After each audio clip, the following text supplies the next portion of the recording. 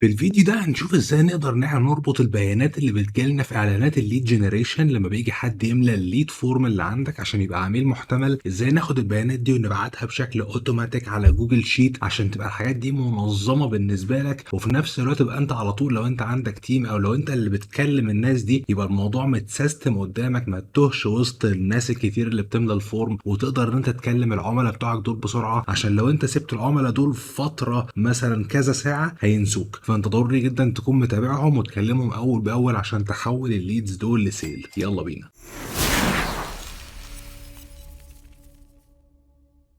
يعني مثلا ازيكم، ايه الاخبار؟ معاكم اسلام صلاح. في القناه دي احنا بنتكلم عن كل ما هو متعلق بازاي تعمل اونلاين بيزنس ناجح. فلو انت اول مره هنا ما تنساش تكسر زر اللايك واعمل سبسكرايب ودوس على الجرس عشان ما يفوتكش جديد اول ما ينزل. طيب عشان نحول البيانات عندنا من الليد فورم لجوجل شيت هنحتاج طبعا ان احنا نستعمل اداه وسيطه. الاداه اللي هتساعدنا نعمل الموضوع ده اسمها اي بي اي واي. حلاوه الاداه دي ان انت تقدر تسجل فيها وتبدا فيها بشكل مجاني تماما. هتروح عليها وهتعمل يوز فور فري وهتعمل ساين اب وهتعمل اكونت بتاعك عادي جدا. لما تخلص تسجيل هيفتح لك صفحه الابلكيشن، هتيجي هنا في الماي ابس وهتشوف في السيرفيس اللي انت عايز تربطها ببعض هي ايه. هنيجي على الفيسبوك ليدز هنعمل لها سيلكت، وهنيجي على جوجل شيت هنعمل لها هي كمان سيلكت. اللي هنعمله بعد كده ان احنا هنعمل ساين ان فيهم. فهنيجي هنا على الفيسبوك ليدز هنعمل كونكت وهتعمل كونتينيو بالفيسبوك اكونت بتاعك، وهتختار الصفحه اللي انت بتعمل بيها اعلانات. اتاكد ان كل الحاجات دي يس ودوس على دان. كده انت ربطت الفيسبوك، هتلاقي قال لك اهو ان انت ربطته بنجاح. هنرجع تاني للماي ابس وهنعمل كونكت للجوجل شيتس. نفس الكلام هندوس على كونكت وهنعمل ساين ان باكونت جوجل بتاعنا.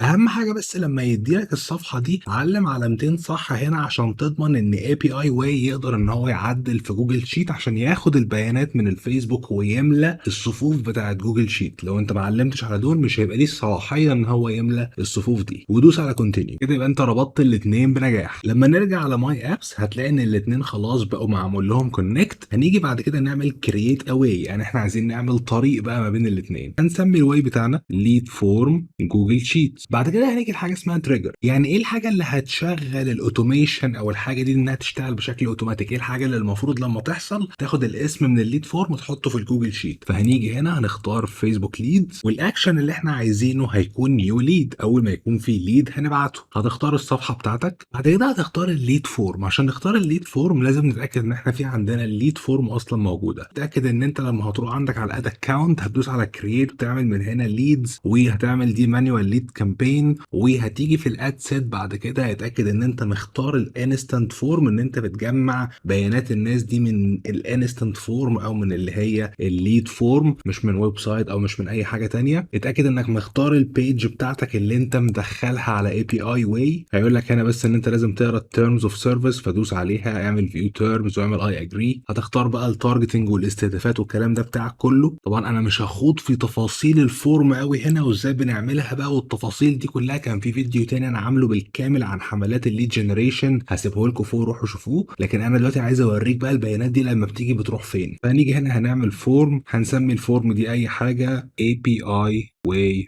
فورم.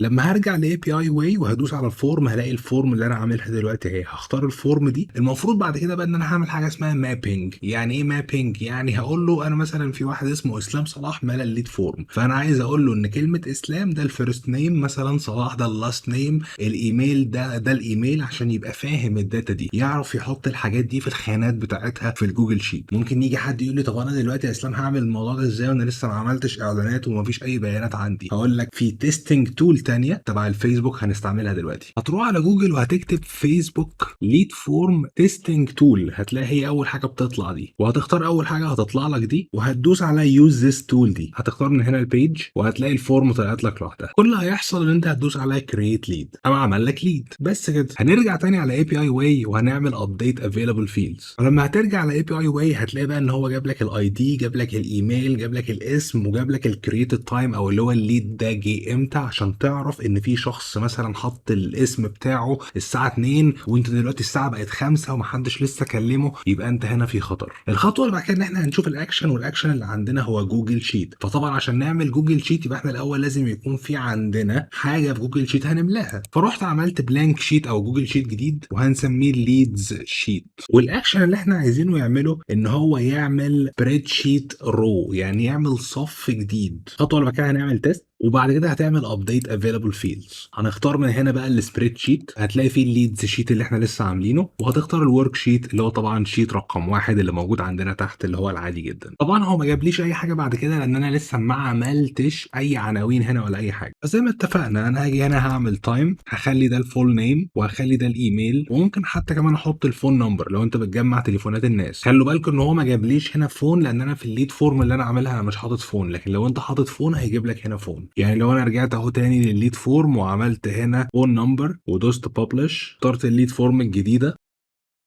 وبعت ليد جديد وعملت ابديت افيلابل فيلدز، هتلاقي فيه الفون نمبر جالي هنا. انا بس بوريكم الموضوع انت ممكن تغير فيه ازاي زي ما انت عايز. طيب نيجي تاني هنا نعمل تيست، نعمل ابديت افيلابل فيلدز، هنعمل هنا السبريد شيت بتاعنا وهنعمل شيت رقم 1. هتلاقي التايم ده اللي هو الكرييتد تايم، هتلاقي النيم ده اللي هو الفول نيم. خلي بالك بقى انت الحاجات دي كلها انت بتملاها من اللي هو الكلام اللي احنا عملناه على الشمال. الفون ده اللي هو الفون نمبر، والايميل اللي هو الايميل. لو خدتوا بالكم تاني هتلاقوا الحاجات اللي هنا دي اللي احنا مليناها في الشيت، والحاجات اللي هنا اللي على الشمال دي اللي احنا عملناها في الليد فورم. فانت بس كل الفكره ان انت بتقول الكلام اللي انا عملته في الشيت يناظره ده في الليد فورم، بس كده. بعد كده هو بيتعرف عليه لوحده. بعد كده بتدوس على تيست واكتيفيت، ومجرد ما تعمل اكتيفيت كده بقى السيستم عندك شغال وبيعمل الموضوع بشكل اوتوماتيك لوحده. لو حبيت تعدل اي حاجه انت لازم تيجي هنا وتخلي دي اوف قبل ما تبتدي تعدل اي حاجه. عدل زي ما انت عايز، وبعد كده هتعمل برضو اكتيفيت وتخلي دي اون تاني. دلوقتي احنا عايزين نعمل بس تيست بقى للموضوع، نشوف هل هو شغال ولا مش شغال. هنقوم رايحين بكل بساطه للليد تيستنج تول اللي احنا عملناها، الغي بس الليد اللي احنا عملناه ده وخلينا نيجي نعمل ليد